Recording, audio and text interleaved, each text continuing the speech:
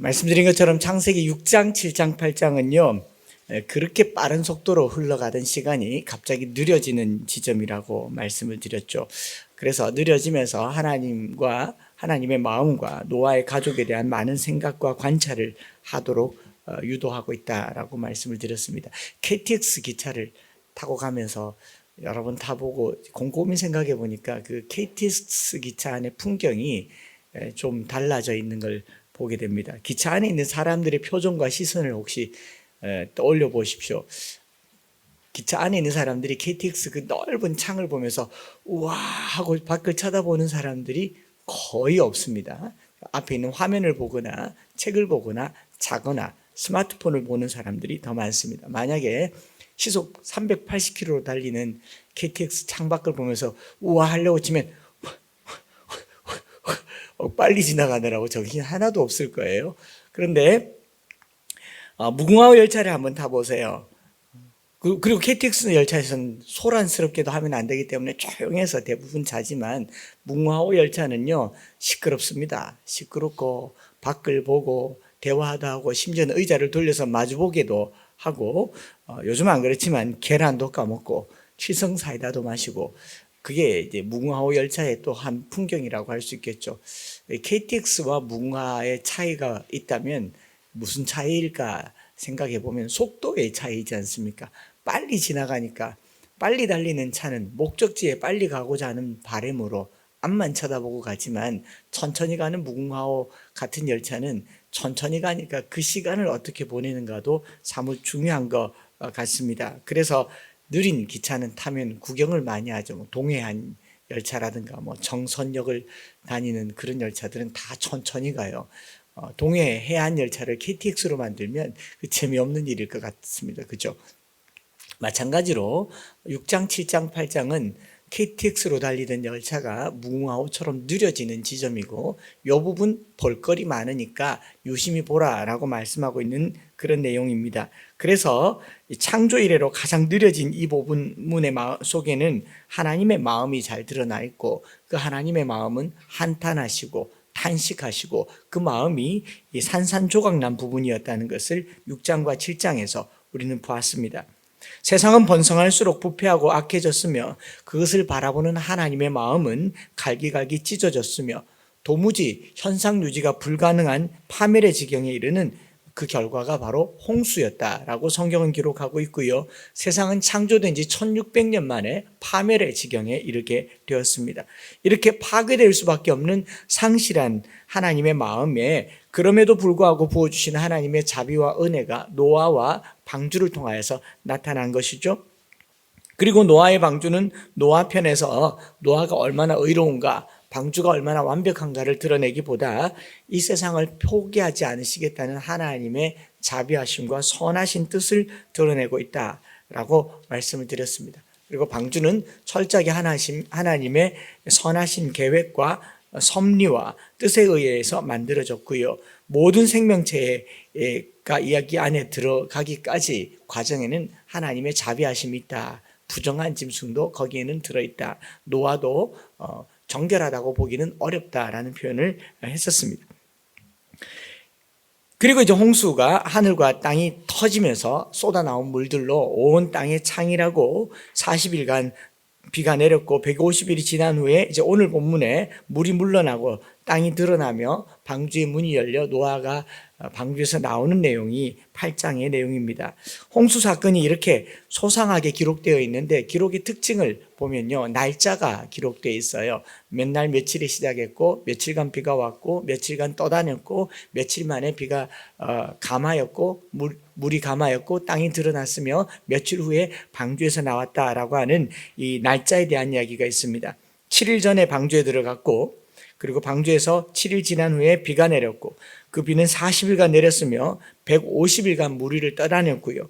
150일이 지난 후에 물이 줄어서 아라랏이라고 하는 산에 머물렀고 40일이 지난 후에 까마귀와 비둘기를 내놓았고 그리고 7일 지난 후에 비둘기를 또 내보냈고 그리고 다시 7일 지난 후에 비둘기를 놓으니 돌아오지 않았습니다.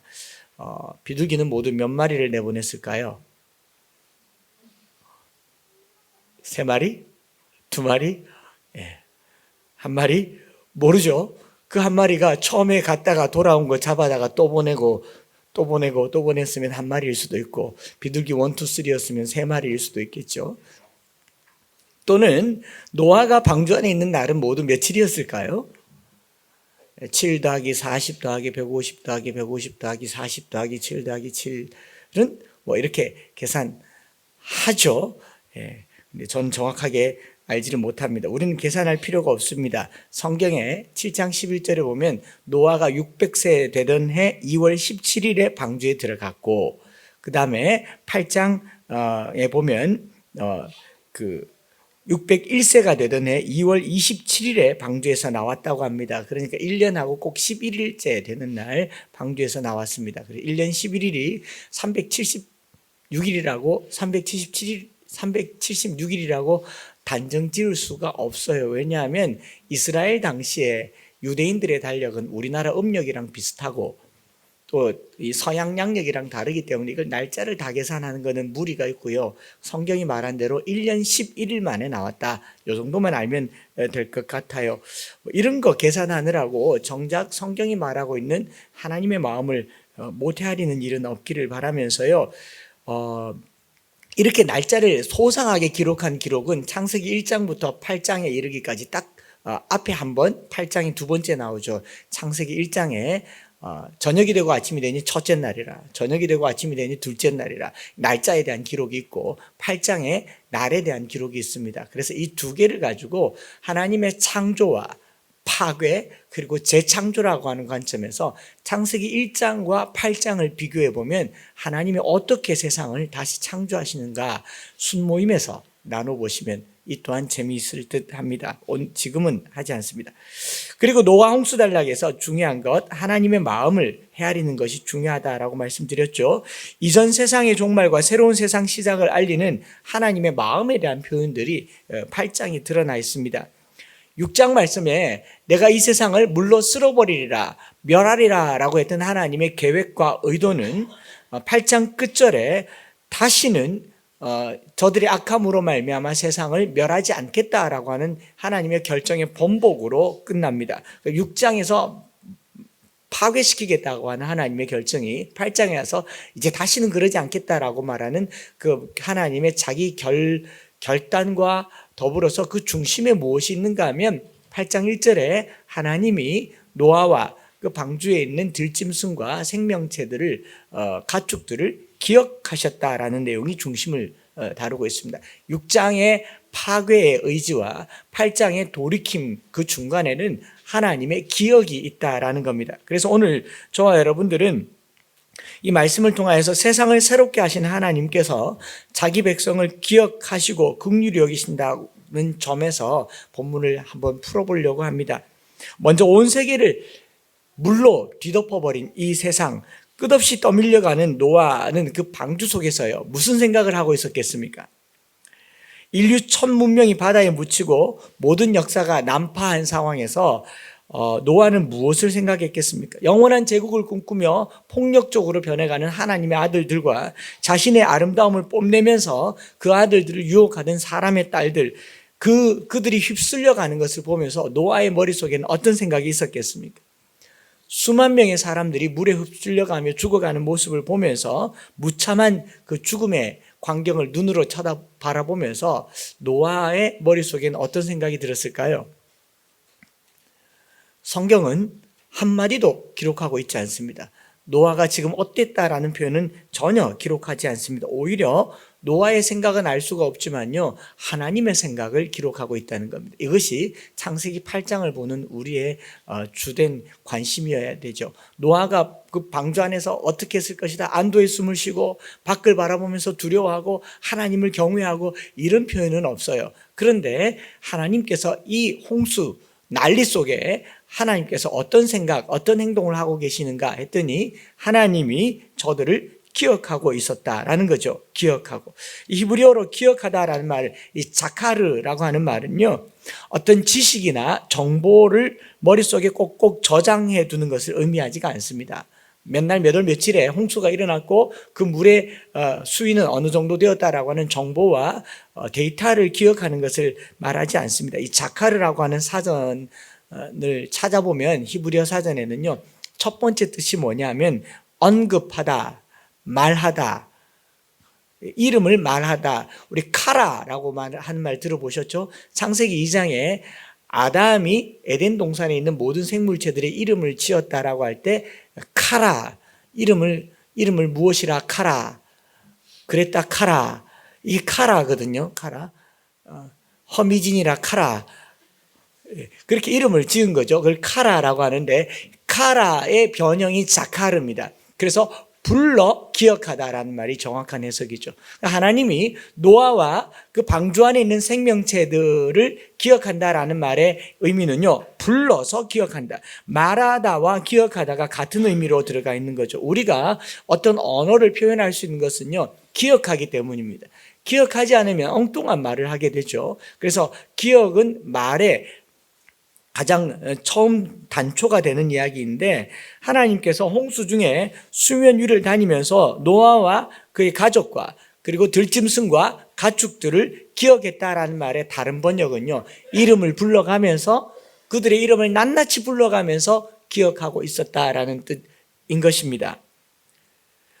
우리의 기억은 가끔 여기에 못 미치는 경우가 많고요. 특별히 고난당할 때 우리는 하나님이 우리를 잊어버리셨는가 생각할 수 있습니다. 노아는 방주 속에서 150일, 40여일의 시간을 보내면서, 그 많은 시간을 보내면서 혹시 하나님이 우리를 잊어버리셨는가 생각할 수도 있었지 않았겠습니까?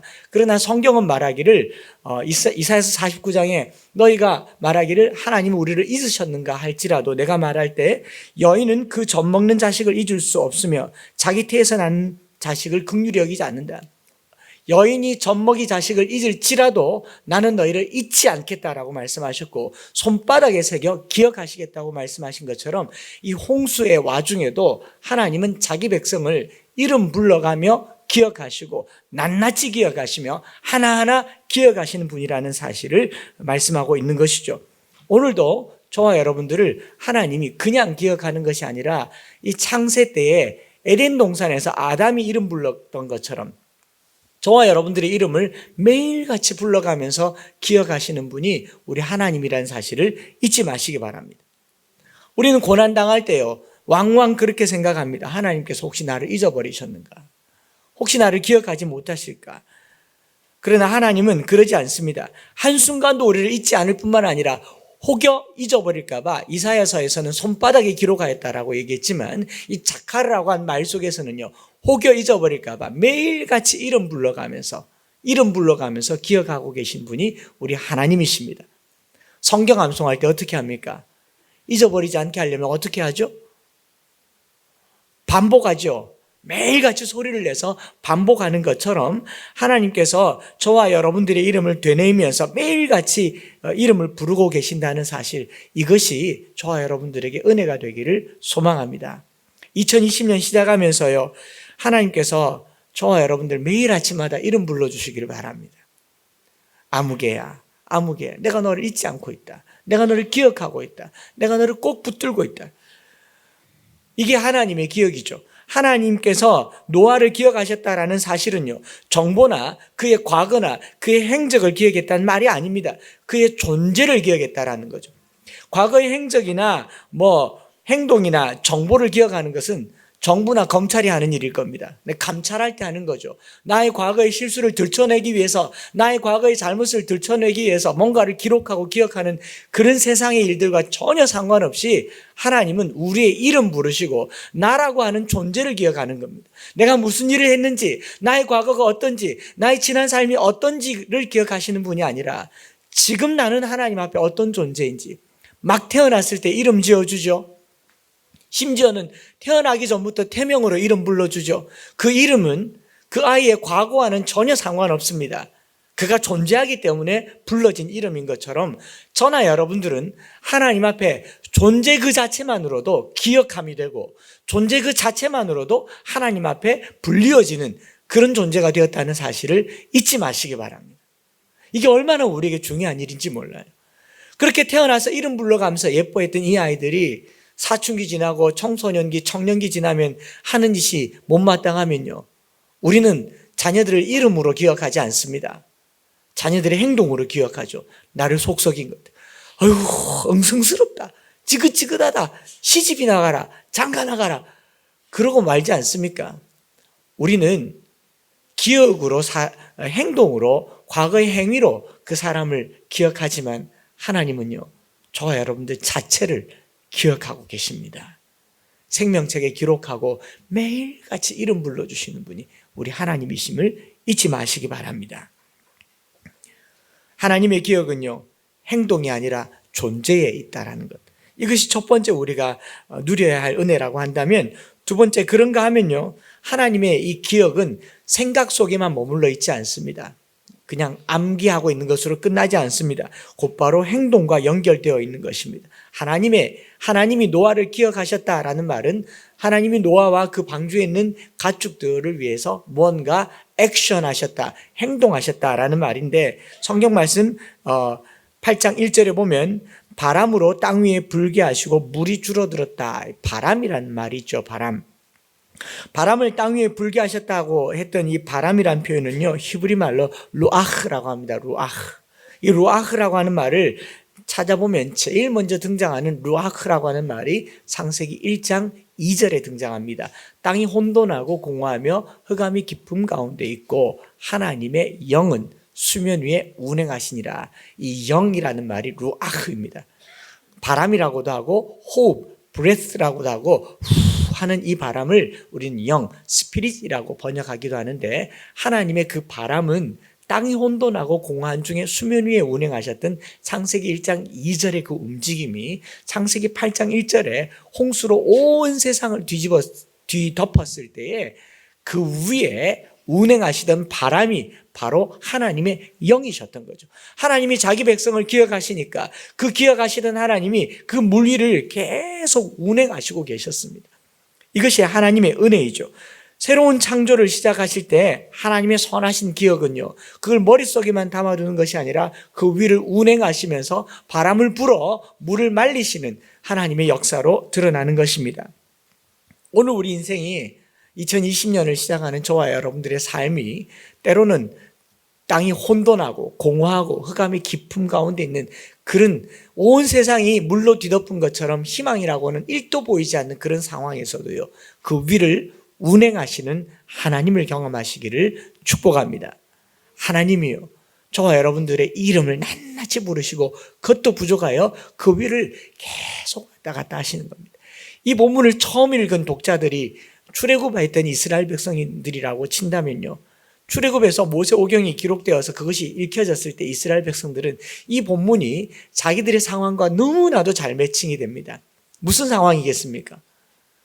홍해가 자기를 가로막고 있을 때, 뒤에서 애굽 군대가 쫓아올 때 그들은 야, 여기서 죽는가 보구나, 우리를 여기 수장시키려고 모세가 우리를 이끌어냈구나, 너 나쁜 놈이야 라고 말할 때, 그날 밤에 어떤 일이 일어납니까? 그 홍해에 이 벼랑 같고 절벽 같은 홍해 앞에서 하나님께서 밤새 바람을 부시죠. 밤새 바람을 불어서 그 바다를 말리시고 마른 땅 위를 건너간 이 장면이 아직 이스라엘 백성들의 머릿속에 있을 때 창세기 8장은요, 갓 건넌 홍해와 노아의 방주는 동일시되는 그런 기억으로 남아 있었을 겁니다. 하나님이 바람을 부르셨어요. 저와 여러분들의 삶에 막 꽉 막고 있는 이 홍해와 같은 곳에 바람 부르시는 주의 영으로 임하시는 우리 가정들 되기를 축복합니다. 우리의 가정이요, 깜깜하면 깜깜할수록, 어눌하고 아무것도 보이지 않고 희망이 없으면 없을수록 창조 당시에 그 깜깜한 가운데 하나님의 영은 수면 위에 운행하시니라. 집에 들어가서 깜깜한 집에 불 켜기 전에요, 한번 잠시 눈 감고 묵상해 보세요. 하나님, 우리 가정 위에 운행하십시오. 우리 가정 위에 운행하십시오. 당신의 바람을 불어 역사하여 주십시오. 이게 하나님의 바람 부르시는 은혜인 것이죠. 저는 기억은 그냥 기억으로 끝나지 않는 겁니다. 하나님 거기 오시는 거예요. 문득 그런 생각 해봤습니다. 새벽에 앉아서 하다 보니까 갓난아이가, 어린아이가 뜨거운 음식 먹으려고 하니까 뜨거워서 못 먹고 쩔쩔매고 있을 때 엄마는 뭐 합니까? 그래, 기다리면 돼, 그러십니까? 그리고 입에 대보고 이따 먹으라 그러지 않아요. 우리 하나님께서 저와 여러분들의 삶에 그렇게 바람 불어 역사하시는 영이십니다. 특별히 암울할수록요, 수면이 가득 덮었을수록 하나님 거기 역사하시는 거죠. 기억은 동행함입니다. 세 번째로 그런가 하면 우리가 하나님께서 우리를 기억하시고 우리와 동행하신다는 것을 안다면 우리에게 요구하는 것이 한 가지쯤 있을 것 같습니다. 무엇인가? 기다려야 되는 거죠. 기다림을 배워야 됩니다. 우리는 인간들은 하나님이 우리를 기억하고 계신다는 사실을 안다면요, 참고 기다려야 됩니다. 어떤 환경에서도 기다려야 합니다. 하나님이 이렇게 운행하시는 동안 노아가 할 수 있는 것은 기다리는 일밖에 없었습니다. 계속 기다렸습니다. 150일을 기다렸습니다. 아무 대책 없이 기다렸습니다. 배가 아라랏산에 도착하고도 또 기다렸습니다. 아라랏산의 방주가 머무릅니다. 4절과 5절에 산에 도착했을 때 노아의 마음은 어땠겠습니까? 하나님께서 홍수를 다 떠내려 보내시고 났으니 이제 내리면 될 거 아니에요. 비행기 혹시 타보셨어요? 비행기 다 타보셨겠군요. 비행기 타면 제주도를 가거나 캄보디아를 가거나 영국을 가면 이륙했다가 이제 착륙을 합니다. 도착 딱 하면 안내방송이 바로 나와요. 도착했습니다. 비행기가 완전히 정지할 때까지 안전벨트를 풀지 말고 앉아있다가 벨트가 풀리는 신호가 나면 이제 내리라고 얘기합니다. 그런데 대부분의 사람들은 비행기가 땅에 닿자마자 우리는 엉덩이를 땅에서 띄우죠. 그리고 전원이 다 일어나서 누구라고 할 것 없이 전원이 다 일어나서 위에 이 트렁크를 열고 짐 꺼내고 그리고 한참 기다려야 문이 열립니다. 그거 알고 있으면서도요, 저도 여러 번 경험하는데 아직 문 열리려면 멀었다. 어차피 한 줄로 서서 가기 때문에 좀 더 앉아있자고 싶어도 이렇게 앉아있는데 앉아있을 수가 없어요. 왜냐하면 전원이 다 일어나기 때문에 나도 왠지 일어나야 될 것 같은 그런 불안한 감에 저도 벌떡 일어나서 짐 들고 서서 이렇게 기다립니다. 비행기가 땅에 도착했다는 것만으로도 내리고 싶은 게 우리 마음이지 않습니까? 배가 정박했어요. 육지에 머물렀습니다. 아라랏이라고 하는 산에 머물렀어요. 고고학자들은 그 배의 위치를 찾느라고 온 세상을 헤매고 다녔을는지는 모르겠습니다만은 그 배 안에서도 더 기다려야 한다는 것이 하나님의 뜻이었던 거죠. 40일을 더 기다리고요. 까마귀 내다보내고 비둘기 내다보내고 그저 창문을 열면서 내다볼 수밖에 없었던 것이 노아의 행동의 제한점이었다고 말할 수 있는 겁니다. 노아는 방주문을 열 수도 닫을 수도 없었던 겁니다. 고작 창문을 열고 물이 감했나? 비둘기가 돌아오는가? 까마귀가 돌아오는가? 이 정도를 확인할 뿐이지 노아는 계속 기다렸던 겁니다. 그 기다림의 시간을 150일, 50일, 7일, 7일 이렇게 표현하고 있는 거죠. 우리는 조급하게 물이 왜 이렇게 빨리 줄어들지 않을까 하고 조급한 마음을 보일 수는 있겠지만 물이 감했고 비둘기가 드디어 이제 돌아오지 않을 때쯤 되었어도 노아는 여전히 기다릴 수밖에 없었던 그 속에서요. 그 얼마나 지루했겠습니까? 안에 있는 짐승들은 이제 육지에 도착했으니까 동면에서 깨어나듯이 나가려고 주섬주섬 막 별의별 소리를 내면서 나가려고 웅얼웅얼 했겠죠. 반려동물 키워보신 분들 알 겁니다. 차에 강아지들 태우면요, 좋다고 올라타서는요, 집 다가가면 어떻게 됩니까? 내리려고 난리도 아니잖아요. 발작을 하죠. 창문을 긁고. 그런 개는 태우는 거 아닙니다. 기다려야죠. 딱 기다리고 문 열어주면 내려야 되죠. 노아는 기다렸습니다. 하나님이 저와 여러분들을 기억하시고 우리 인생에 운행하시는 하나님이심을 알면요, 하나님이 일하시고 하나님이 문 열 때까지 때로는 기다리셔야 됩니다. 그 조그만한 신호가 기다리라는 신호이지 얼른 내리라는 신호가 아닐 수도 있습니다. 저와 여러분들의 삶에요, 노아와 그 가족들이 방주에서 나오기까지 기다렸던 그 많은 시간들을 헤아려 본다면 올 한 해 때로는 기다리는 법도 배워가시는 저와 여러분들 되시기를 바랍니다. 말씀을 마무리하면서 네 번째 중요한 얘기를 하려고 합니다. 오늘 설교 제목 덮어쓰기와 관련된 것이죠. 그런 상황 속에서 우리를 향한 하나님의 기억은요, 기억이 왜곡되어지고 있다는 생각을 했던 겁니다. 새로운 기억으로 대체되고 있는 겁니다. 덮어쓰기로 가는 거죠.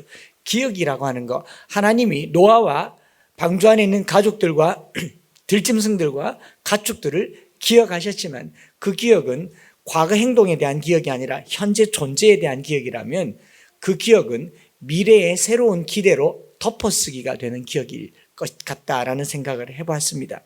이런저런 자료를 찾다가 여러분들 머릿속에 있는 기억이요, 정확할 거라고 생각하지만 상당히 왜곡되어 있다는 그 증거를 실험 내용을 좀 들려드리겠습니다. 정세승 박사님의 12발자국이라고 한 책에도 나와 있고, 그 뇌와 관련된 뇌과학자들이 발표한 자료에 이런 실험이 있죠.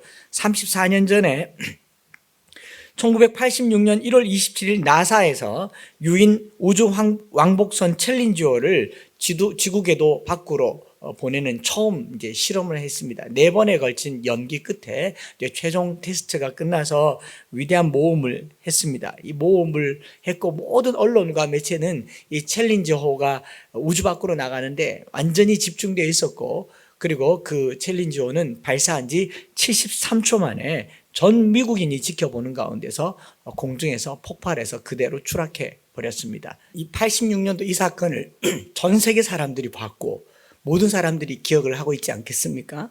여러분들 몇 살 때였는지 모르겠지만 모든 사람들이 기억하고 있는 이 영상, 이 사건이 터진 바로 그날, 그 이튿날 미국의 인지심리학자인 울링 나이스라고 하는 교수님이 자기 수업을 듣는 106명의 학생들을, 코넬 대학교 학생들에게 설문지를 나눠줬습니다. 어제 너는 누구와 있었으며 무엇을 했으며 이 챌린저호 폭발 소식을 접해 들었는지, 그때 기분이 어땠는지, 그리고 나서 뭘 했는지를 상세하게 적게 합니다. 국가적인 사고였기 때문에 모두가 다 기억할 수 있는 이야기였고요. 그리고 그 기록을 잘 보관해 두었다가 2년 반 지난 후에 졸업반인 이 학생들을 불러서 개별 인터뷰를 합니다. 너 2년 반 전에 챌린저호가 폭발한 거 봤지? 네, 봤습니다. 다시 한번 기록해보자고 하면서 어디에서 누구와 있었으며 기분이 어땠고 소식을 전해 들었을 때 뭘 하고 있었는지를 기록하고 말하게 했습니다. 과거에 작성했던 답과 비교하게 합니다. 놀랍게도 25% 학생이, 4분의 1가량 학생이 전혀 다른 이야기를 하고 있는 겁니다. 자기가 봤고 자기가 기록했는데, 설문지에서는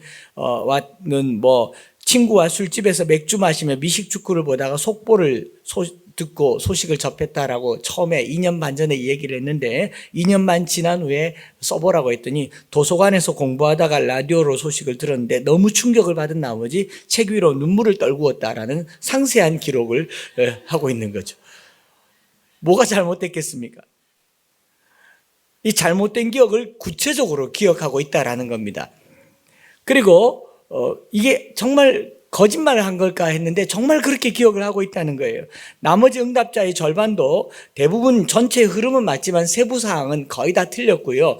90% 이상이 잘못된 기억을 가지고 있었고 고작 10%만 정확하게 말했다라고 하는 겁니다. 즉 다르게 말하면 여기 앉아 계신 여러분들의 10%만 과거 기억이 정확한 거고요. 나머지는 다 왜곡되었거나 잘못되었을 가능성이 많으니 기억을 믿지 마시라 라고 말하는 거죠. 그래서 남편 되게 섭섭해하게 한 거 그거 왜곡된 기억일 거예요. 자식들이 되게 말 안 들은 거 그거 왜곡된 기억일 거예요. 다시 점검해 봐야 된다라는 거죠. 더 흥미로운 사실은요, 그 다음 실험에서 나타난 겁니다. 이 90% 학생들이 쏟아낸 엉뚱한 이야기를 다 듣고 2년 반 전에 본인이 작성한 설문지를 내다밀면서 너 2년 반 전에 이렇게 썼다라고 얘기하니까 자기가 쓴 게 2년 반 전에는 친구와 맥주를 마시면서 미식축구를 보다고 했던 이 설문지와 도서관에서 책을 보다가 눈물을 흘렸다는 이 설문지를 딱 보면서 이 학생이 한 반응이 더 놀랍습니다. 아니라고, 이게 맞다고. 내가 그 자리에 있었고 정확하다고, 하나도 변한 게 없다라고 딱 잡아댄다는 거죠. 절대로 술집 안 간 거죠. 이 친구는 아마 크리스찬이었을 겁니다. 왜곡시키고 싶은 거죠. 그 상황을 바꾸고 싶은 겁니다. 그만큼 우리의 기억은요 쉽게 변질되고 왜곡됩니다. 자의적으로 해석하고 팩트보다는 내가 원하는 방향으로 흘러가요. 그래서 여성 주부분들이 상처가 많이 있다고 하는데 실제로 남편으로부터 시댁으로부터 받은 상처는 팩트에서 굉장히 멀 수 있습니다. 조금만 더 다르게 생각해 볼 필요가 있고요. 내가 너무 그쪽으로만 몰고 가는 거 아닌가 생각해 볼 필요가 있습니다. 이 중에 10%만 정확하다라고 하니까 나는 상위 10%라고 생각하시는 분이 있을런지 모르겠습니다만은 변한다는 거예요. 변한다는 거. 저는 오늘 이 본문 읽으면서 어떤 생각을 했냐면 인류를 향한 하나님의 기억이 왜곡될 수 있다 생각했습니다. 전혀 다른 이야기예요. 하나님은 정확하시고 전지전능하시기 때문에 기억 자체가 변하시는 분은 아니십니다. 그런데 기억의 방향은 바꾸시겠구나 생각했습니다. 하나님께서 저와 여러분들의 모든 과거를 다 기억하고 계시면 우리가 하나님 앞에 편하게 갈 수 있겠습니까?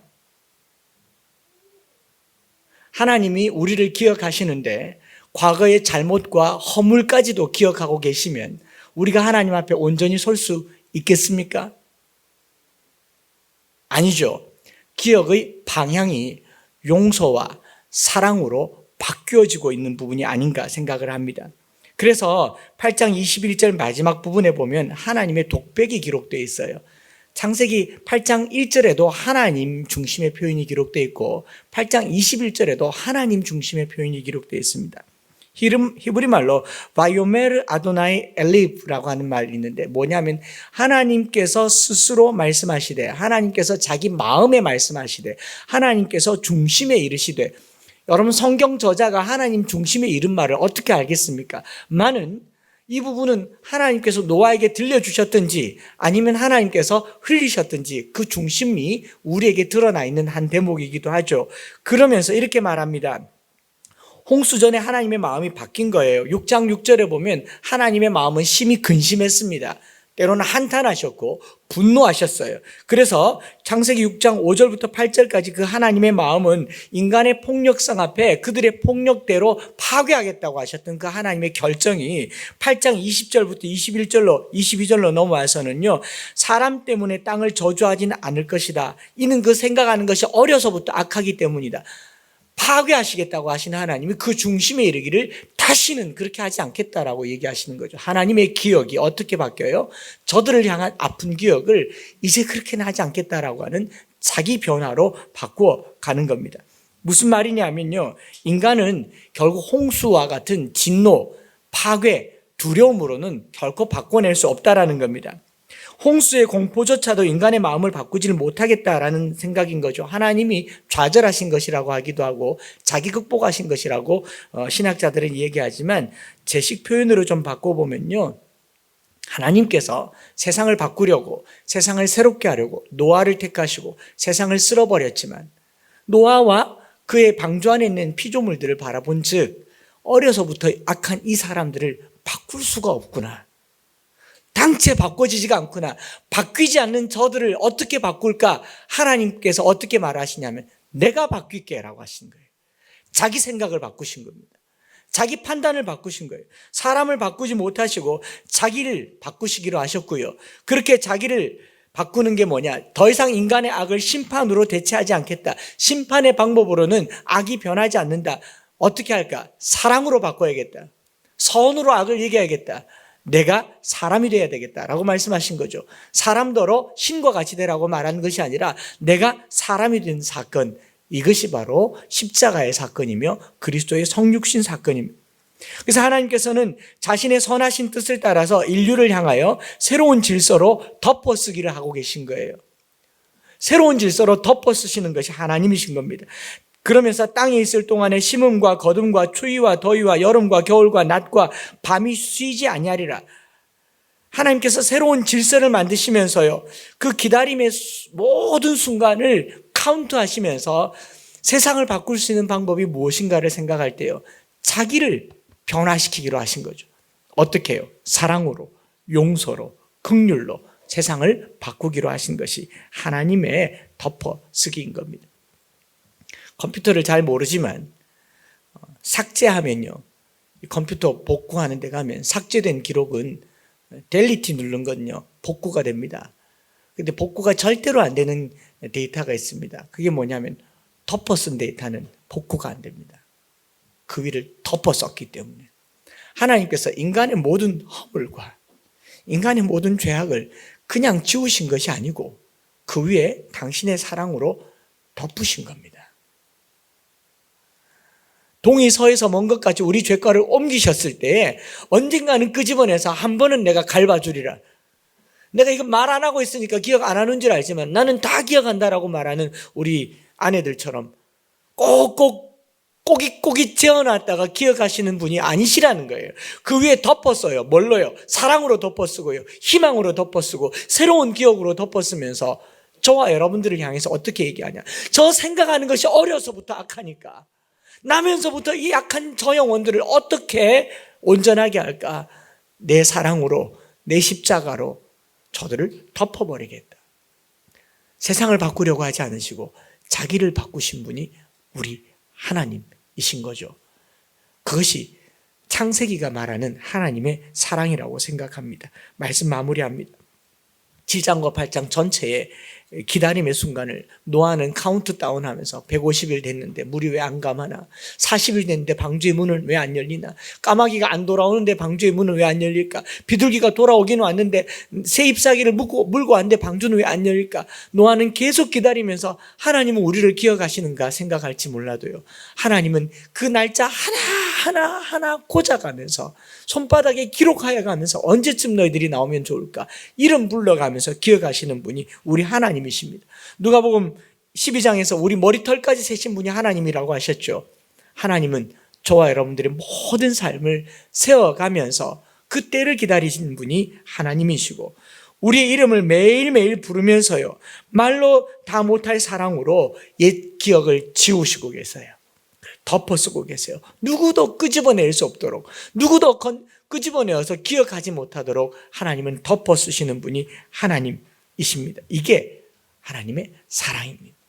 하나님은 우리의 과거의 행위를 기억하시는 분이 아니시고 존재를 기억하세요. 그리고 우리 위에 운행하세요. 그리고 우리 위에서 우리의 모든 허물을 덮으시는 분이 하나님이십니다.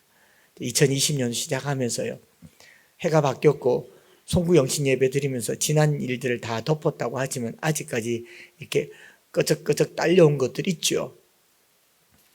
덮읍시다. 한번 따라합시다. 덮자. 남을 바꾸기보다 내가 바뀌는 거죠. 덮으셔야 돼요. 그게 하나님의 사랑이십니다. 그리고 하나님께서 말씀하셨어요. 새로운 질서를 만드십니다. 추위와 더위와 그리고 여름과 겨울과 낮과 밤과 심음과 거둠의 새로운 질서를 만드시면서 다시는 심판하지 않겠다.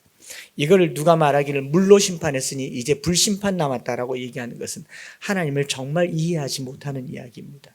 하나님께서는 더 이상 당신의 진노로 세상을 심판하는 방법을 쓰시지 않겠다고 하십니다. 사랑으로 세상을 건지시겠다고 말씀하시는 것이죠. 오늘 한 주도 이 한 해를 보내면서요, 하나님의 사랑이 저와 여러분들의 모든 삶을 덮으시고 새롭게 출발하게 하시는 2020년도가 되시기를 축복합니다. 한번 집에 가셔서 파일 이름 똑같은 거 해가지고요, 한글 파일 이름 똑같은 거 해서 백업 파일까지 만들어 놨다 치고 똑같은 거 해서 요거는 100집 파일이고 여기는 데이터 한 500페이지 정도 넣어둔 파일에 똑같은 파일인데 옮겨 쓰면 덮어 쓸까요? 라는 질문에 yes 누르고 한번 덮어 써보십시오. 한 글자도 건질 수 없을 겁니다. 한 글자도 복원 안 되고요, 전문 거기 가도 복구가 안 될 겁니다.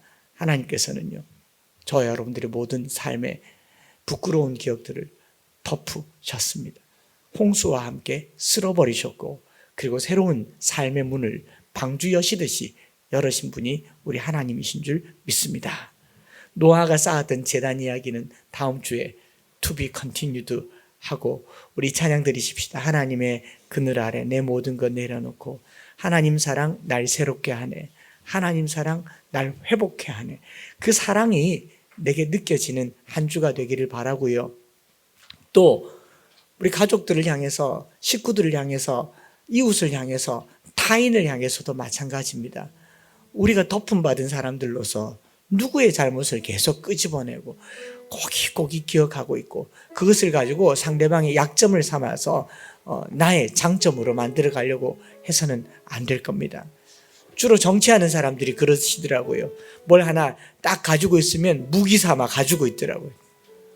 그 무슨 보좌관인가 드라마에 보니까 다 약점 하나씩을 다 가지고 있다가 이 정치적 무기로 쓰잖아요. 하나님이 만약에 여러분들이 약점을 하나씩 딱 가지고 있다가 요거 딱 그런 분이 아니세요. 이제 우리 다 흘려버리고 덮어버리고 새롭게 시작하는 한 해가 되기를 바라면서 이 찬양 드리고 기도하겠습니다.